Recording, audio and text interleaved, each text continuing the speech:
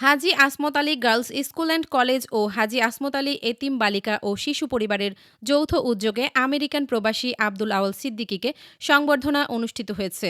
অধ্যক্ষ আহমেদ আলীর সভাপতিত্বে উক্ত অনুষ্ঠানে প্রধান অতিথি হয়ে উপস্থিত ছিলেন ভৈরবের কৃতী সন্তান বিশিষ্ট শিক্ষানুরাগী আমেরিকান প্রবাসী ভৈরব সোসাইটি ইউএসএ ইনকের প্রতিষ্ঠাতা সভাপতি আব্দুল আওয়াল সিদ্দিকী।